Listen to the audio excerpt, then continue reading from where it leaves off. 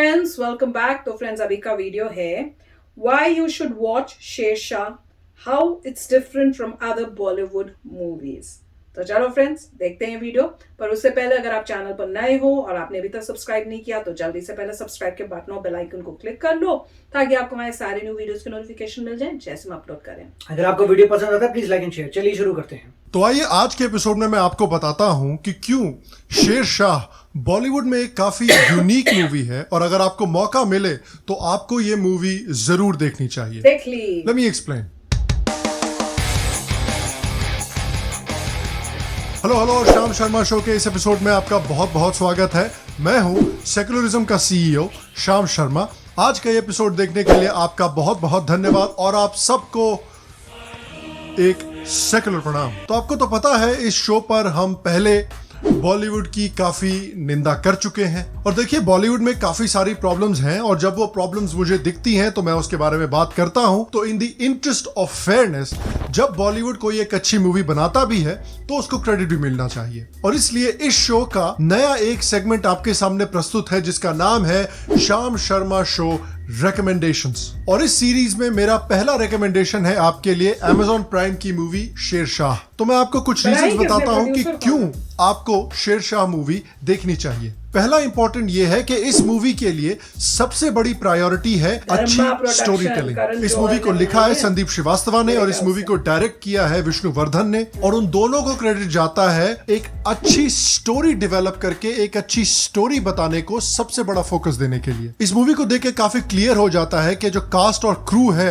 उनके लिए सबसे बड़ी प्रायोरिटी थी कैप्टन विक्रम बत्रा की स्टोरी को जस्टिस देना और उनकी फैमिली को जस्टिस देना, जिनके साथ कास्ट एंड क्रू ने काफी क्लोजली काम भी किया था। बॉलीवुड की जो वॉर मूवीज बनकर आती है कभी कभी उनके साथ सबसे बड़ी प्रॉब्लम ये होती है कि वो 3-3.5 घंटे का एकदम मेलोड्रामा बन जाता है कभी कभी। लेकिन शेरशाह के साथ अच्छी बात यह है कि ये मूवी थोड़ी छोटी भी है, काफी स्ट्रीमलाइन तरीके से बनाई गई है और स्टोरी की पेसिंग भी बहुत अच्छी है, जिससे कि captain Vikram Batra the soldier और विक्रम बत्रा द सिविलियन दोनों का कैरेक्टर और दोनों की स्टोरी बहुत अच्छी तरह से बहुत इफेक्टिवली एक्सप्लेन की जाती है। और आई थिंक शेरशाह जैसी मूवीज के लिए उरी जैसी मूवी को बहुत बड़ा क्रेडिट जाना चाहिए क्योंकि उरी ने बॉलीवुड को यह दिखाया कि अगर आप एक थोड़ी छोटी well edited fast pace streamlined war movie बनाते हैं तो वो क्रिटिकली ही नहीं फाइनेंशियली भी सक्सेसफुल हो सकती है। दूसरी बात जो मुझे इस मूवी के बारे में अच्छी लगी वो ये थी कि ये मूवी जो है ये वॉर को काफी रियलिस्टिक तरीके से दिखाती है। बॉलीवुड में एक बहुत बड़ी प्रॉब्लम यह है कि जब बॉलीवुड वॉर मूवी बनाती है तो वो सोल्जर्स को दिखाती है कि soldiers basically immortal super heroes हैं, उनको कोई टच भी नहीं कर सकता,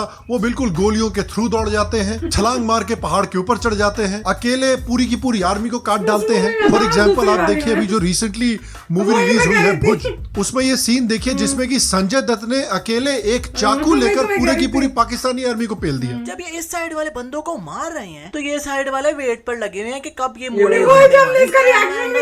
तो अभी भी ये लोग बस वेट ही कर रहे हैं और इन दोनों को तो मारा भी नहीं और देर लाइक खुद ही गिर जाते हैं। Do you hear me?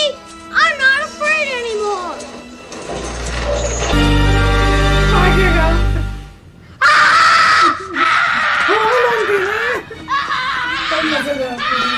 मतलब कुछ भी ऐसी और भी वॉर मूवीज बनकर आई हैं बॉलीवुड में जो बेसिकली फिजिक्स के लॉज को फॉलो नहीं करना चाहती। लेकिन सच्चाई ये है कि वॉर जो है असलियत में ऐसा नहीं होता है। हमारे जो सोल्जर्स हैं वो कोई इमॉर्टल सुपर हीरोज नहीं है। हमारे सोल्जर्स ऑर्डिनरी लोग हैं जो अपने देश की रक्षा करने के लिए अपनी जान जोखिम में डालते हैं और क्योंकि हमारे सोल्जर्स ऑर्डिनरी लोग हैं जो एक्स्ट्रा ऑर्डिनरी काम करते हैं इसलिए वॉर में स्ट्रैटेजी भी बहुत इंपॉर्टेंट होती है। और शेरशाह ने जिस तरह से वॉर को दिखाया है वो काफी रियलिस्टिक है और दिखाया जाता है कि भाई कारगिल वॉर जैसा वॉर जीतने के लिए सिर्फ लड़ना ही इंपॉर्टेंट नहीं है, लेकिन लड़ने के पहले जो प्लानिंग होती है, जो कोऑर्डिनेशन होती है, जो टीम वर्क होता है, ये सारी चीजें बहुत जरूरी हैं इस तरह का बैटल जीतने के लिए। और फिर से उरी मूवी को क्रेडिट जाना चाहिए क्योंकि उस मूवी में काफी टाइम स्पेंड किया गया था स्ट्रैटेजी डिस्कस करते हुए और लड़ने के पीछे भी किस तरह से कोऑर्डिनेशन और टीम वर्क होता है जिससे कि एक स्पेशल फोर्सेस टीम दुश्मन को सरप्राइज करके मार सकती है। ऐसा नहीं कि एक आदमी कूद पड़ा और सारे के सारे आर्मी को ही साफ कर दिया। तीसरा रीजन क्यों इस मूवी को आपको देखना चाहिए कि ये मूवी जो है सिर्फ सेक्युलरिज्म के नाम पे जबरदस्ती सेक्युलरिज्म घुसेड़ने की कोशिश नहीं करती है। मूवी में बॉलीवुड के साथ हम सब जानते हैं ये एक बहुत बहुत पुरानी प्रॉब्लम है और रिसेंटली जो मूवीज रिलीज हुई हैं उन मूवीज में भी हम ये प्रॉब्लम्स देख सकते हैं। फॉर एग्जांपल तूफान। ओ मैंने भी देखी थी, उसे देखी नहीं गई पूरी। बेटा ये मुसलमान लोगों को ज्यादा दूर रखने का। अरे मैं हाथ मार नहीं हाथ मारा, मैं प्यार करती हूँ उससे। क्या डोक्या छेड़ पर लगा है? हाँ प्यार, चलो लव जिहाद मनता है, लव जिहाद। और भैया ये भुज मूवी का अमेजिंग सीन तो मेरे से कभी भी नहीं भूला जाएगा। कौन सा वाला? शर्म नहीं आती? ओ मार जय करा वो कुछ एक ऐसा। मुसलमान होकर पाकिस्तान के साथ गद्दारी की बात करती हो। पाकिस्तान ही इस्लाम का सबसे बड़ा दुश्मन है। क्या बोला तूने? पाकिस्तान ही इस्लाम का सबसे बड़ा दुश्मन है। क्या सीन है। तभी तो तुम्हारे जनरल टिक्का खान ने 30 लाख बंगाली मुसलमानों को मार दिया। क्या ये मुसलमानों के साथ गद्दारी नहीं थी?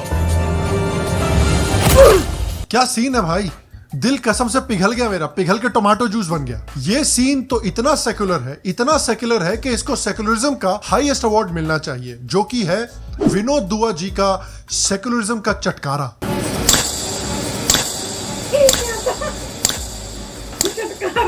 भैया मुझे कभी भी नहीं पता था कि इस शो पर मुझे पाकिस्तान को डिफेंड करना पड़ेगा, लेकिन क्या करें, भुज ये भी करवाएगा हमसे। ऐसा है भैया कि पाकिस्तान जो है वो बहुत सारी चीजें हैं लेकिन इस्लाम का दुश्मन नहीं है। पाकिस्तान एक्चुअली इस्लाम का बहुत अच्छा दोस्त है। इन सब चीजों के बावजूद मुझे फिर भी लगता है कि अगर आप देखना चाहते हैं तो आपको भुज मूवी जरूर चेकआउट कर लेनी चाहिए, क्योंकि फिर भी ये मूवी जो है एक इंडियन हीरो की कहानी है जिसने देश की बहुत बड़ी सेवा की है। लेकिन आप उसको कॉन्ट्रास्ट कीजिए शेरशाह के साथ, जहां पर अगेन सबसे इंपॉर्टेंट चीज है एक अच्छी स्टोरी डिलीवर करना। फोकस ये नहीं है कि इस मूवी को और सेक्युलर कैसे बनाया जा सकता है। हम सब जानते हैं कि जम्मू कश्मीर राइफल्स का जो वॉर क्राई है वो है दुर्गे माता की जय। अब ऐसा हो सकता है कि कुछ दूसरी बॉलीवुड मूवीज में दुर्गे माता की जय हटाकर जय हिंद डाल दिया जाए ताकि उसको थोड़ा सैनिटाइज किया जा सके, थोड़ा सेकुलराइज किया जा सके। लेकिन इस मूवी में एक जगह नहीं, बहुत सारी जगह ये वॉर क्राई हमें सुनने को मिलता है। दुर्गे माता की जय! दुर्गे माता की जय!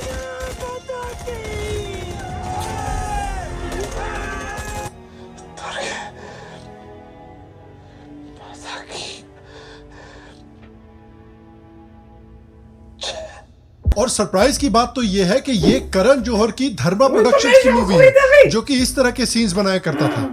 आपके पास कोई आइडिया है दादी? पूजा पाठ में इस बात का हल मिलेगा बेटी। ओ कम ऑन दादी। खुदा की रहमत का सुना था, आज देख भी लिया। बच्चे की दुआ कबूल हो गई। अंजलि की शादी दिसंबर से पहले नहीं हो सकती। और अब ये कंपनी इस तरह के सीन्स बना रही है। दुर्गे माता की और आप लोग कहते हो कि देश में बदलाव नहीं हो रहा यार। एक और प्रॉब्लम जो बॉलीवुड की बहुत सारी मूवीज के साथ होती है, खासकर वॉर मूवीज के साथ, कि भाई ये दिखाना बहुत जरूरी है कि भाई पाकिस्तानी देखिए एक्चुअली बहुत अच्छे लोग हैं, ब्रेन वॉश कर दिया गया है इनको, इसलिए ये लोग जाके कारगिल की पहाड़ियों पे बैठ गए थे। लेकिन इस मूवी में भी उन सब चीजों की चिंता नहीं की गई। इस मूवी में सिर्फ ये दिखाया गया है कि भाई जहां तक कारगिल युद्ध की बात है तो ये हमारे दुश्मन है और इन दुश्मनों को खत्म करके इस जंग को जीतना जरूरी है। इस मूवी में तो यहां तक भी दिखाया गया कि किस तरह से पाकिस्तानी आर्मी ने अपने खुद की जवानों की बॉडीज को वापस लेने से मना कर दिया था, इसलिए इंडियन आर्मी ने इन मरे हुए पाकिस्तान के सोल्जर्स को इस्लामिक कानून के हिसाब से दफन किया था। चौथा रीजन क्यों आपको इस मूवी को देखना चाहिए वो ये है कि भाई इस तरह की मूवीज से देखिए हमारी जो लुटियंस लोधी मीडिया है बहुत चिढ़ते हैं। आप देखिए कि एनडीटीवी ने किस तरह की लो रेटिंग्स परमाणु, उरी, भुज, तान्हाजी, मणिकर्णिका जैसी मूवीज को दी थी, और देखिए कि किस तरह की हाई रेटिंग्स उन्होंने सेक्युलर मूवीज जैसे कि मुल्क, आर्टिकल 15, छप्पाक, हैदर, लैला जैसी मूवीज को दी थी। सारा गेम ही है इनका यार। जोर जोर से बोल के लोगों को स्कीमें बता दे। और मीडिया ने तो ऑलरेडी तान्हाजी और परमाणु जैसी मूवीज को नेशनलिस्ट हॉरर मूवी और इस्लामोफोबिक मूवी डिक्लेयर कर दिया है। तो आप समझ ही सकते हैं कि इस मूवी को अगर उनको रिव्यू करना पड़ा तो बार बार उनको दुर्गे माता की जय सुनना पड़ेगा, और ये बार बार सुन के उनका जो पीछे वाला सामान है उसमें भी बहुत आग लगेगी। पांचवा एक और रीजन ये है कि इस मूवी के बहाने बरखा जी की फ्री में बेइज्जती भी हो गई। किसी ने ट्विटर पे ट्वीट किया कि भाई इस मूवी को देखकर मुझे बरखा दत्त जी की बहुत याद आई। तो बरखा जी तुरंत कूद पड़ी क्रेडिट लेने के लिए कि भाई अरे विक्रम बत्रा को तो मैंने फेमस बनाया, विक्रम बत्रा फेमस है मेरी वजह से। लेकिन कहानी में ट्विस्ट ये था कि उसके बाद उस ट्विटर यूजर ने ट्वीट किया कि मैं खुश नहीं हो रही हूँ आप पे, मैं नाराज हो रही हूँ आप पे कि आपकी रिपोर्टिंग की वजह से दुश्मनों को हमारे आर्मी के लोगों के लोकेशन पता चल रहे थे।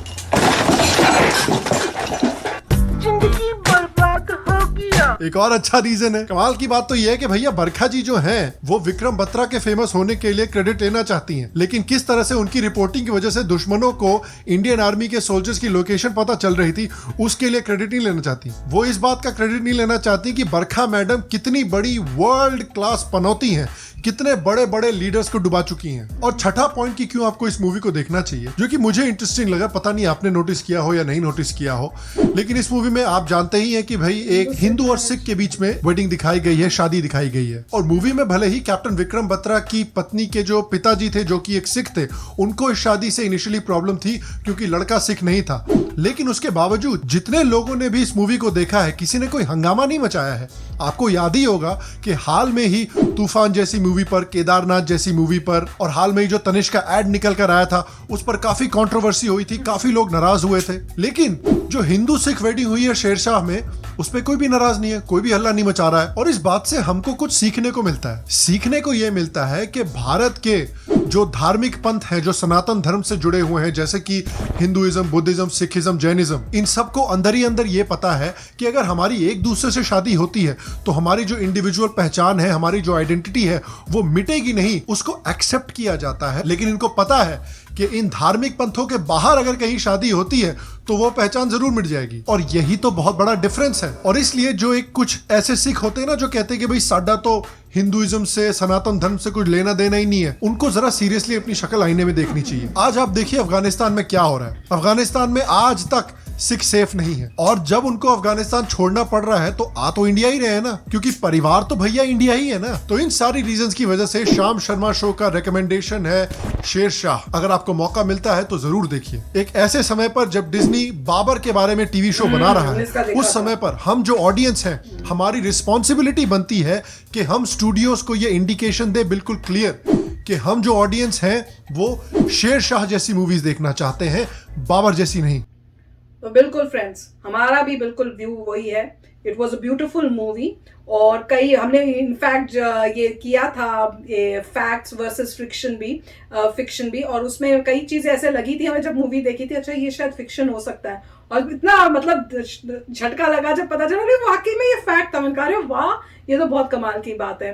तो द रीजन कि वो मूवी इतनी अच्छी बनी थी क्योंकि उन्होंने एज क्लोज एज पॉसिबल उसको जो एक्चुअली में हुआ है उस डायरेक्शन में ही रखा था। अगर वो ज्यादा फिक्शन लाइन में चले जाते तो फिर मूवी का जो जैसे इमोशनली जो लोग हैं उन्होंने देख के जो अटैचमेंट हुई उस मूवी के साथ और हिट हुई वो नहीं हो पाती। जैसे अब दिखा रहे हैं कि भुज में यही हुआ कि उन्होंने ज्यादा फिक्शन की साइड चले गए, इतना वो दिखा दिया तो वो उसको देखते ही हो गया था। भुज में तो फोटोग्राफी की भी प्रॉब्लम हाँ, वो भी बहुत उसका आपने मेकिंग जो की है, आपने मेक भी जो है प्रोफेशनली उस मूवी को नहीं बनाया। जिस तरीके से आपके ग्राफिक्स आ रहे थे, मैंने देखी नहीं मगर जो भी छोटा मोटा देखा है वो तो मैं देखी थी कि आपके पास शायद टेक्नोलॉजी है, थोड़ा आके देखा या आपके पास 25 साल पुरानी टेक्नोलॉजी है जिससे आपने बनाई है।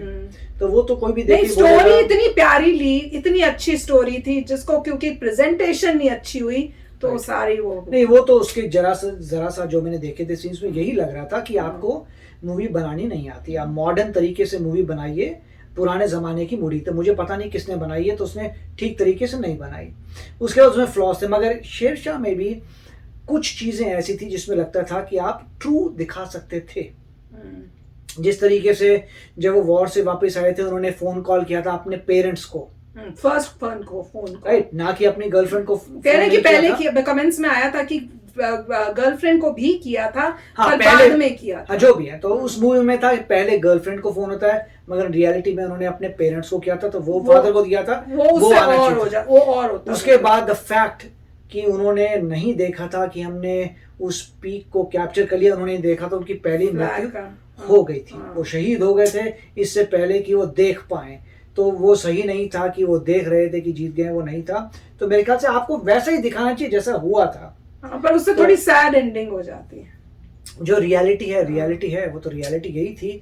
सैड होती मगर पॉइंट ज्यादा सैड नहीं होती, क्योंकि अल्टीमेटली पीक हमें मिल गई और वो उन्होंने अपने आप शहीद हो गए, तो उसमें कोई ऐसी बात नहीं है।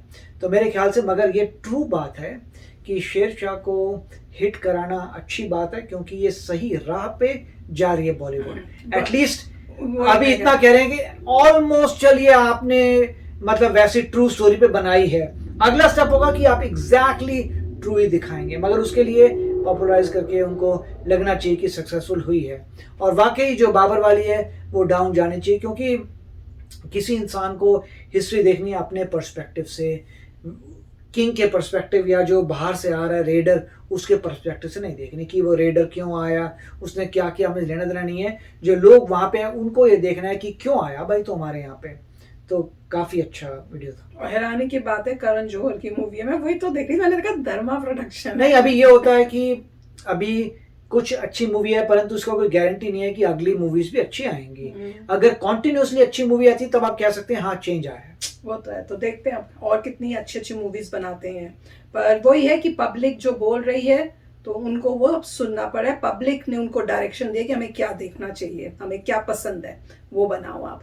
तो चलो फ्रेंड्स, चलते हैं, मिलेंगे नेक्स्ट वीडियो में बहुत ही जल्द। Till then take care and bye bye. तो अगर आप मेरे इस चैनल पे नए हो तो जल्दी से सब्सक्राइब के बटन को हिट करो और बेल आइकन को क्लिक करो, ताकि आपको मेरा जब नया वीडियो मैं लगाऊं आपको उसके बारे में जल्दी से पता चल जाए।